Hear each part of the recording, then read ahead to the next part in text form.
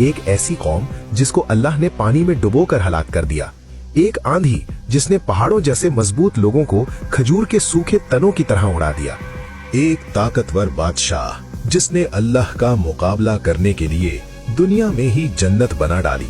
300 साल बाद जब वो उस जन्नत को देखने के लिए निकला तो उससे पहले ही उसकी रूह कब्ज कर ली गई।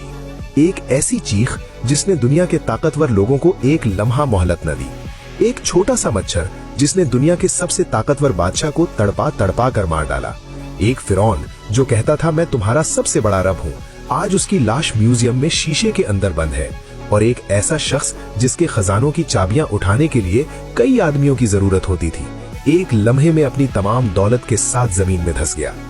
इस वीडियो में हम आपको बताएंगे कि हजरत आदम अलैहिस्सलाम से लेकर मौजूदा दौर तक वो कौन लोग थे जिन्होंने अल्लाह को चैलेंज किया और फिर उनका इबरतनाक अंजाम क्या हुआ।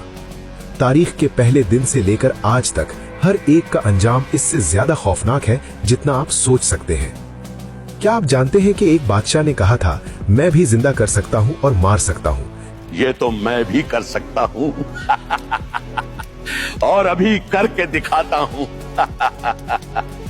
लेकिन जब उससे कहा गया कि सूरज को मगरिब से निकाल कर दिखाओ तो क्या हुआ।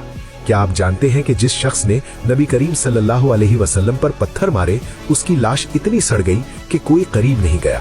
और सबसे हैरान कुन बात, जिस फिरौन ने कहा था मैं तुम्हारा रब हूँ, मैं ही तुम्हारा रब हूँ और तुम सब लोग मेरी ही इबादत करो वरना अंजाम बुरा होगा।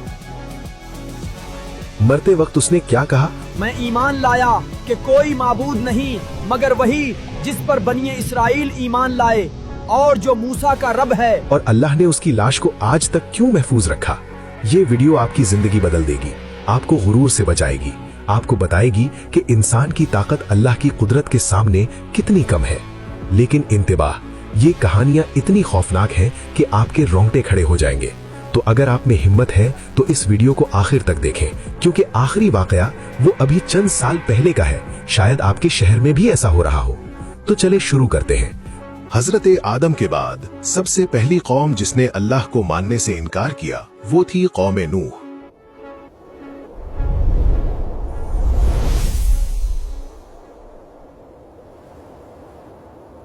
सबसे पहला बड़ा वाकया है कौम नूह का।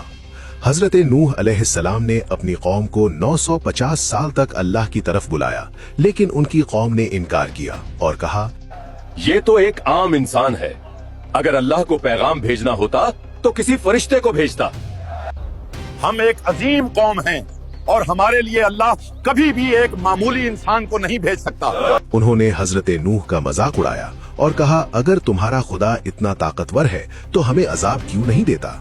अगर तुम्हारा खुदा इतना सच्चा है तो हमें अजाब क्यों नहीं देता।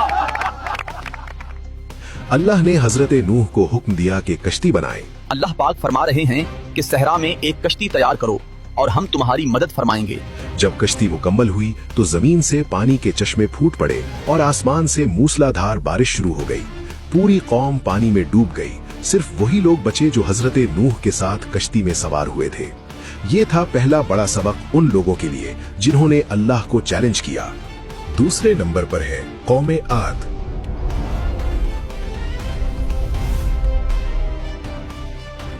ये कौम जिस्मानी तौर पर बहुत ताकतवर थी। वो बहुत लंबे कद के लोग थे और मजबूत इमारतें बनाते थे। उन्होंने पहाड़ों में महल्ला तामीर किए थे। हजरत हूद अलैहिस्सलाम ने उन्हें अल्लाह की इबादत की दावत दी, लेकिन कौम आद ने गुरूर में आकर कहा इस दुनिया में हमसे ज्यादा ताकतवर और कोई नहीं। हमें देखकर तो हवाएं भी रुख फेर लेती है, तो कौन है जो हमें गिरा सकता है।